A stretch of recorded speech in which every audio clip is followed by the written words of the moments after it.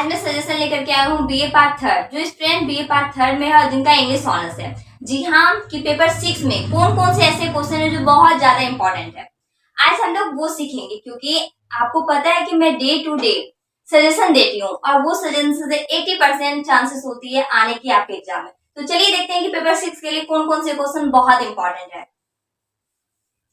सबसे पहला, पेपर 6 का जो रूल रेगुलेशन होता है उसमें आपको एक्सप्लेन करने के लिए दिया जाता है। You know that BA part 1, BA part 2, BA part third, sorry BA part 2 तक आप एग्जाम दे चुकी हैं। अब बात है थर्ड की, जिसमें कि आपको 4 पेपर ऑनर्स पेपर ही देने होंगे। पेपर 5, पेपर 6, पेपर 7 और पेपर 8, जिसमें कि मैंने पेपर 5 का ऑलरेडी वीडियो अपलोड कर दिया है।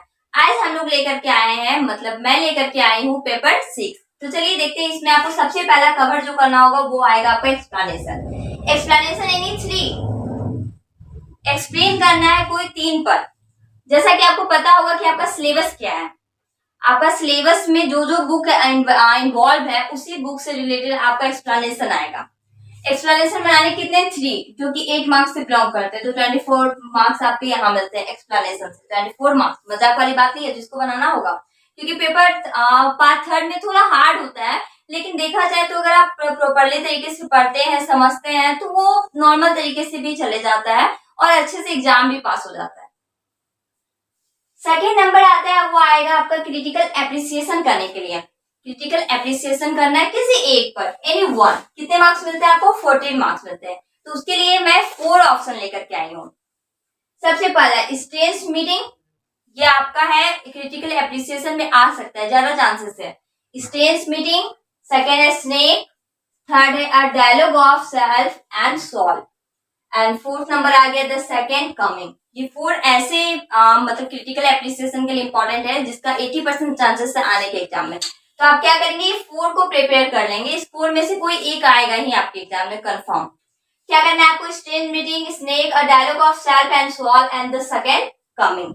That's belongs to 14 marks. ये 40 मार्क्स का है। थर्ड नंबर जो आएगा वो आएगा आपका समरी ऑफ कैंडिडा।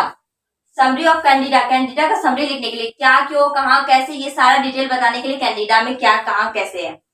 या फिर इसी में ऑप्शन देकर के आ सकता है आपका कैरेक्टर स्केच करने के लिए मॉरल पर। मॉरल एक कैरेक्टर है, उसका कैरेक्टर स्केच करने के लिए आ सकता है, जो ऑल्सो बिलोंग करता है 14 मार्क्स का। मैंने 2 ऑप्शन बताया है 3 नंबर में, एक कैरेक्टर स्केच और नॉर्मली समरी बताया है कैंडिडा का।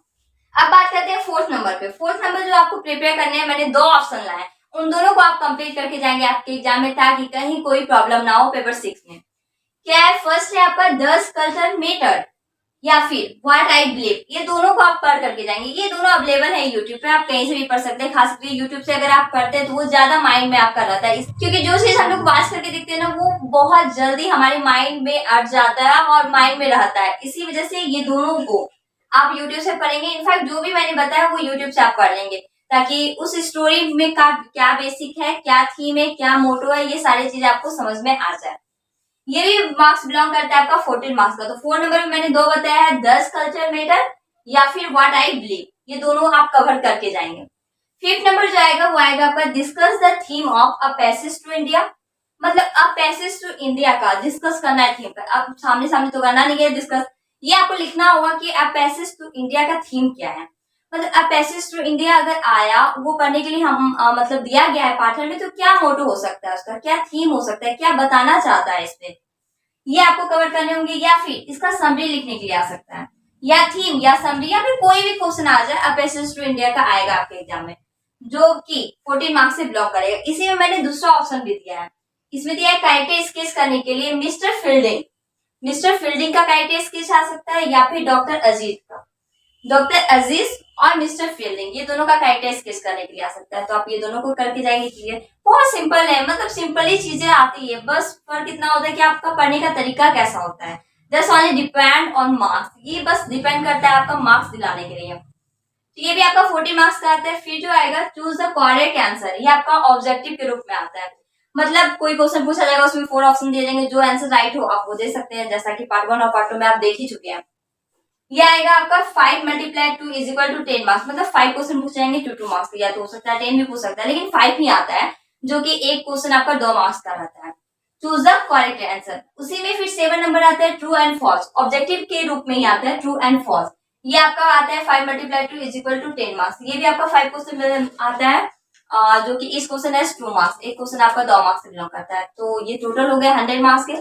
पेपर 6 का इतना ही आपको प्रिपेयर करना और इसी से सारा क्वेश्चन आपका आने वाला है।